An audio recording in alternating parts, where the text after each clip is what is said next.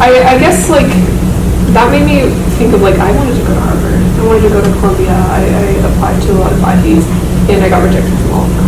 Me too. And, like, I was really sad.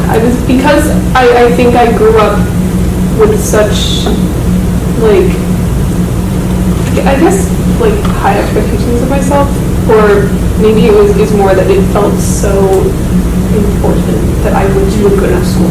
Like, I had to prove myself. It was beyond more than, like, oh, this will be where I get my best education. It was a very, like, this is going to be a part of my identity, and I want people to like me. You know what I mean? Yeah. But, being at Fordham, which, not an Ivy, but it is a really great school, I care a lot less. I'm like, I don't know. I couldn't want much more. Or maybe I could, but Fordham's been good. I had the same experience. That's where my mindset was coming from, because I also applied to every single Ivy League school. I was jumping from all of them. I was like devastated. It was crushing. But then I ended up here. It's like people at every school do cool things. Like I do cool things, and being a foreign graduate from grade school. Out of curiosity, who applied to one or more Ivies? Okay. Did you apply because there was something about the school that you liked, or because there was something about the fact that the school was an Ivy that drew you to it? And if so, what I'm trying to get at is, what is it about the Ivy League label that sets the school apart in your mind? Well, when I was applying to colleges, I expressly said to everyone, I'm not applying to schools just because they're Ivies. I was so but I did apply to Columbia and I think Cornell as well. And I think what got me was that, I did apply because I wanted to go to New York. They were schools that had my major. It was interesting.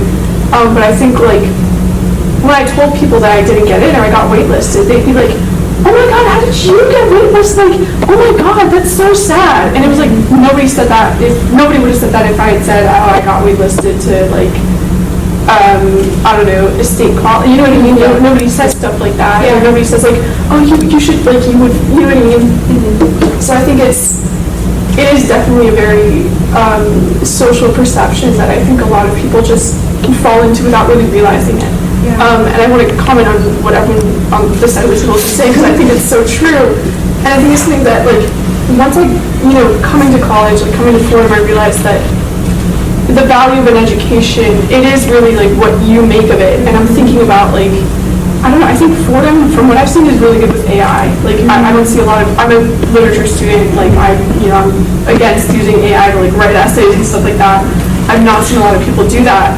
But then I see videos on Twitter of this graduate from, I think it was UCLA, holding up AI that did his whole final project, and he was graduated. You know what I mean? And so I think it's those quote unquote elite schools, there are people that are treating themselves really. I mean, maybe the assignment required AI. I don't know, but I don't think it's a stretch to say that you can really cheat yourself out of an education anywhere, and you can find an education anywhere as well. Yeah. But that being said, I wish Fordham had more money and more opportunities, whereas it's just undeniable that there's a lot of schools that have way bigger endowments and way more opportunities for their students. Yeah. And so that also feeds into this whole implicit sort of paradigm that we have, where there's some colleges at the top and there's some that are just barely there. It really irks me, I think.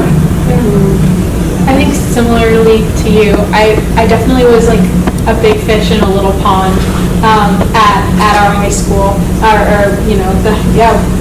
anyways. And I think I saw people around me striving for greatness, and then I saw other people striving for mediocrity, and I was oh, I'm going to strive for greatness, and if I don't get that, that means that I'm not good enough, or I'm not smart enough, or I'm not blah blah blah blah blah. And I think I found myself definitely getting swayed by this idea, okay, these guys have the money, these guys can give me a full scholarship, because I think that was the biggest thing that I was looking for. My parents, are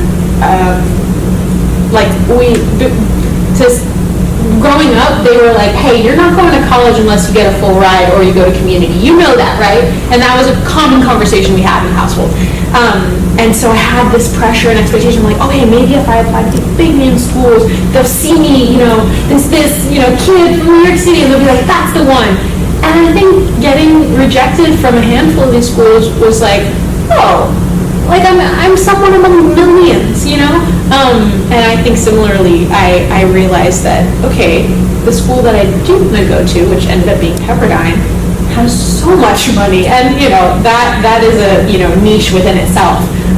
But I realized that a lot of these private universities have money at their fingertips, and I don't know, maybe we can talk about this later. But I feel like one thing that college has taught me that I feel like is, I don't know, both American in the sense that it's very individual, like you gotta fight for yourself, but also I feel like it comes from my culture of like, immigrant families and, always like finding a way to, hustle and get by. I've straight up asked departments, hey, can you give me X amount of money for this project I want to do? And they're like, yeah, no problem.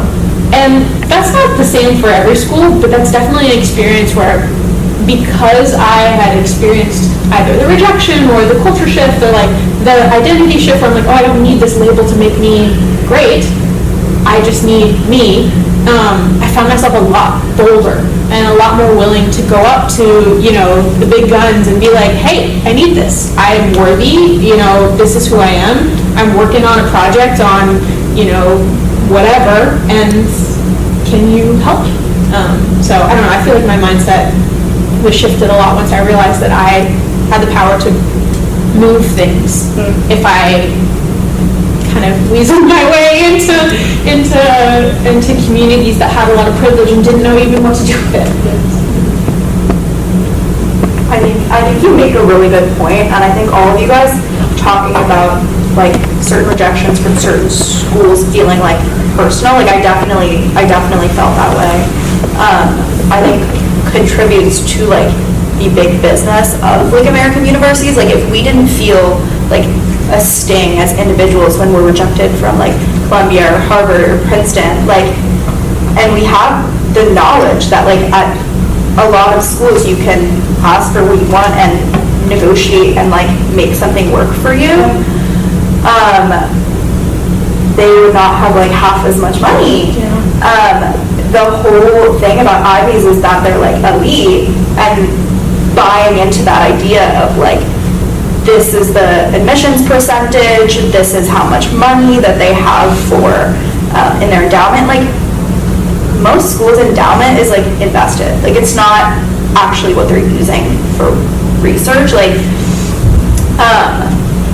I went to Williams for a year, and they had like a very big endowment for a very small amount of students, and they were way more generous with it than Columbia is with their money, and Columbia has way more money. So I think us buying into the idea of like eliteness and like exclusivity for these like Ivies and these places that label themselves with like large endowments is what kind of continues the cycle of like them being able to charge you $100K a year to go to a college that's going to give you the same thing as something that's $20K a year. Like I think that